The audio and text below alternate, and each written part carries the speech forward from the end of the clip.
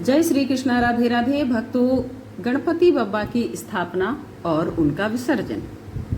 देश भर में भाद्रपद माह के शुक्ल पक्ष की चतुर्थी के दिन लोग बड़े ही हर्षोल्लास के साथ गणेश जी की मूर्ति को अपने घर लाते हैं, उनकी स्थापना करते हैं और पूरी श्रद्धा और भक्ति भाव से उनका पूजन करते हैं।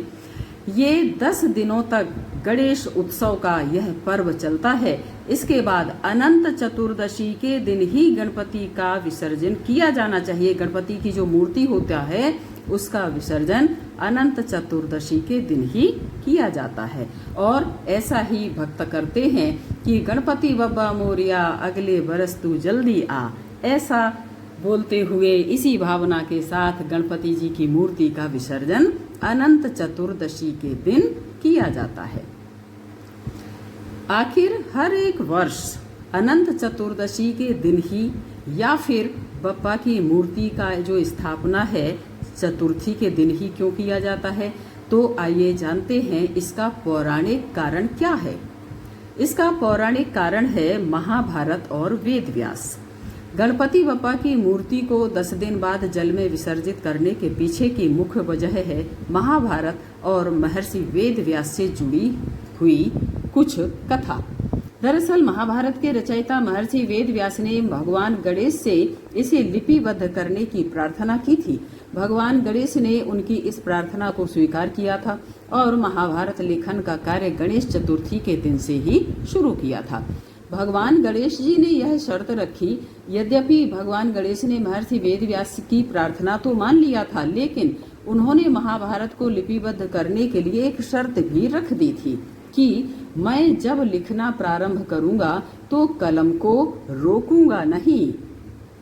यदि कलम रुक गई तो लिखना बंद कर दूंगा। तब श्री वेद व्यास जी ने कहा कि भगवान, आप देवताओं में अग्रणी हैं, विद्या और बुद्धि के दाता हैं और मैं एक साधारण ऋषि हूँ। यदि किसी श्लोक में मुझसे त्रुटि हो जाए तो आप उस श्लोक को ठीक करके उसे लिपिबद्ध करें। गणपति जी ने सहमति दी और फिर दिन रात लेखन कार्य प्रारंभ हुआ और इस कारण गणेश जी को थकान तो होनी ही थी, लेकिन उन्हें पानी पीना भी वर्जित था। अतः गणपति जी के शरीर का तापमान बढ़े नहीं, इसलिए वेद व्यास जी ने उनके शरीर पर मिट्टी का लेप किया और भाद्रपद शुक्ल चतुर्थी को गणेश जी की पूजा की, जिसके बाद महाभारत लेखन का कार्य शुरू हुआ। इसे पूरा होने में करीबन 10 दिन लग गए। गणेश जी को शरीर में अकड़न हुई। जिस दिन गणेश जी ने महाभारत लेखन का कार्य संपन्न किया उस दिन अनंत चतुर्दशी थी, लेकिन लगातार 10 दिनों तक बिना रुके लिखने के कारण भगवान गणेश जी का शरीर जड़वत हो चुका था। मिट्टी का लेप सूखने पर गणेश जी के शरीर में अकड़न आ गई थी। इसी कारण गणेश जी का एक नाम पार्थिव गणेश भी पड़ा।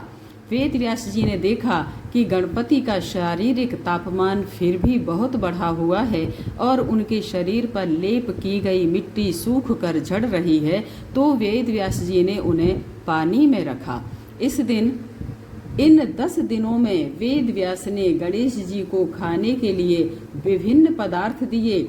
यही कारण है कि गणपति स्थापना 10 दिन के लिए की जाती है और फिर 10 दिनों के बाद अनंत चतुर्दशी पर गणेश जी की प्रतिमा का विसर्जन किया जाता है। ऐसी भी मान्यता है कि इस प्रतिमा विसर्जन के बाद गणेश जी कैलाश पर्वत पर पुनः विराजमान हो जाते हैं। अच्छी लगी है तो चैनल को लाइक एंड सब्सक्राइब करें। कमेंट बॉक्स में जय गणपति अवश्य लिखें। धन्यवाद।